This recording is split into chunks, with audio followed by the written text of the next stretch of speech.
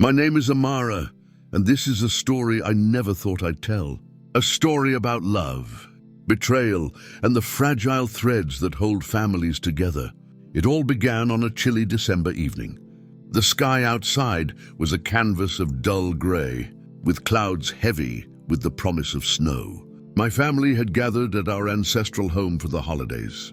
Our parents were away on a trip, leaving me and my two older brothers, Zion and Romy, alone in the house we'd grown up in. Romy, the eldest, was the golden boy of the family, charming, successful and seemingly perfect. Zion, on the other hand, was the rebel, always walking the line between trouble and brilliance. And me, I was the glue that held our fractured family together. The house was eerily quiet that night, except for the crackling of the fire in the living room. We had just finished dinner and was sitting around the table, reminiscing about childhood memories. But beneath the laughter and nostalgia, there was an undercurrent of tension I couldn't quite place as the clock struck midnight. Zion broke the silence. "There's something I need to say." He began, his voice heavy with emotion. "Something I've been keeping from both of you." Romy and I exchanged puzzled glances. Zion rarely opened up, let alone about something serious. "I've been seeing someone," he continued, his eyes flickering between us. "Someone close to this family." My heart skipped a beat. "What do you mean?" "Close to this family," I asked, my voice barely above a whisper. Zion hesitated, and then the words tumbled out. "It's Zara, Romy's fiancée." The room fell into a suffocating silence. Romy's face turned action, his hands clenching into fists. "You're joking," he said, his voice low and dangerous. But Zion shook his head, his eyes filled with guilt. "I'm not. It started months ago. I didn't mean for it to happen, but I fell in love with her." Romy stood abruptly, his chair screeching against the wooden floor. "You're telling me you've been sneaking around with the woman I'm supposed to marry? How could you do this to me?" "Zion, to us." I could feel the tension in the room rising, like a storm about to break. "Wait," I interjected, trying to calm them down. "We need to talk about this rationally." "Rationally?" Romy snapped, turning to me. "Our brother betrayed me, Amara. What's rational about that?" Zion stood too, his expression one of defiance and regret. "I didn't plan for this to happen, Romy. But it did, and I'm not going to apologize for loving her." The argument escalated, voices clashing and emotions running high. I felt like I was caught in the middle of a battlefield, torn between two people I loved deeply. In the midst of the chaos, Romy dropped another bombshell. "You think you're the only one with secrets, Zion." Think again. Both Zion and I froze, our attention now fully on Romy. "What are you talking about, Zion?" asked, his voice wary. Romy let out a bitter laugh. "Zara isn't who you think she is. She's been lying to both of us. She's not just my fiancée, she's also my ex-wife."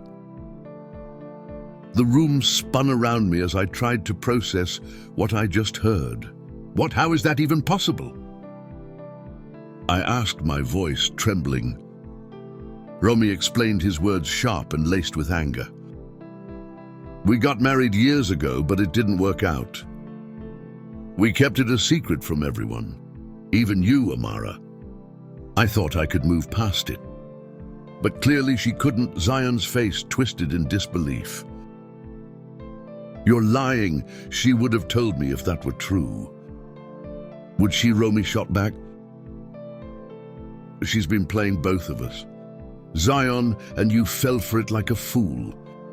The argument spiraled further out of control, with accusations and insults flying across the room. I tried to intervene, but my words were drowned out by their shouting. Finally, I couldn't take it anymore. "Enough!" I screamed, my voice echoing through the house. Both of them fell silent, turning to look at me. "This isn't just about Zara," I said, my voice shaking. "This is about us. About how we've let our insecurities and secrets tear us apart. We're supposed to be family, but right now we're acting like enemies." Tears streamed down my face as I spoke. And for a moment, the tension in the room eased. But the damage had already been done. The next morning, the house was eerily quiet. Romy packed his things and left without saying goodbye.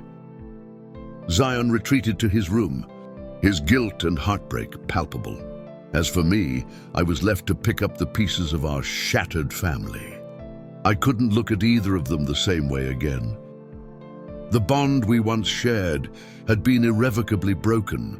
Zara's betrayal had exposed not just the cracks in our relationships, but also the hidden wounds we've been carrying for years. It's been years since that fateful night, but the memories still haunt me. Our family was never the same after what happened.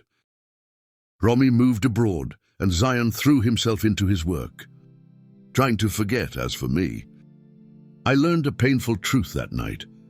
Sometimes the people closest to you are the ones who hurt you the most. And while time may heal some wounds, others leave scars that never truly fade. The days following that night were the hardest. The once lively home that echoed with laughter now felt like a hollow shell. I wandered from room to room, replaying the confrontation over and over. Zion avoided me. He spent most of his time in the study, nursing a bottle of whiskey and staring blankly at the walls. He had always been the dreamer, the one with boundless energy and ambition. But now he looked defeated, like a shadow of himself. Romy didn't even bother to explain his sudden departure. I learned through a family friend that he had flown to London. Cutting off all contact, my chest tightened every time I thought about him. He was my protector growing up, my rock, but now he was gone, leaving me alone to face the ruins of our family. I couldn't stop thinking about Zara. Who was this woman who had come into our lives and torn us apart?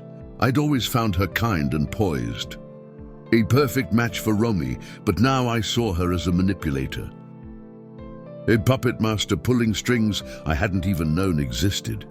I decided to confront her. I needed answers. Zara agreed to meet me at a cafe in the city. She looked the same as always, immaculately dressed, her face a picture of calm. But as I sat across from her, I saw cracks in her composure. Her hands trembled slightly as she sipped her coffee. "Why?" I asked. My voice called, "Why would you do this to us?" She sighed, setting her cup down. "It's not as simple as you think, Amara." "Then make me understand," I said, my tone sharp. She hesitated, then began to speak. "Romy and I, we loved each other once, but our marriage was a disaster. He was controlling, distant, and obsessed with his image. I felt like I was suffocating. When we divorced, I thought I could move on. But then I met Zion. He made me feel alive again. Like I mattered." Her words stung. "So you thought it was okay to betray him?" "To betray all of us?" Tears welled up in her eyes. "I didn't mean for it to happen this way. I love them both, Amara. But love isn't always clean or easy." Her confession left me feeling hollow. I didn't know who to believe anymore. Weeks turned into months. I threw myself into work, trying to distract myself from the mess that had become my life. But the wound remained fresh, a constant ache in my chest. Then one day Romy came back. It was a rainy afternoon when I heard the knock on the door. I opened it to find him standing there, soaked to the bone, his eyes filled with a mix of anger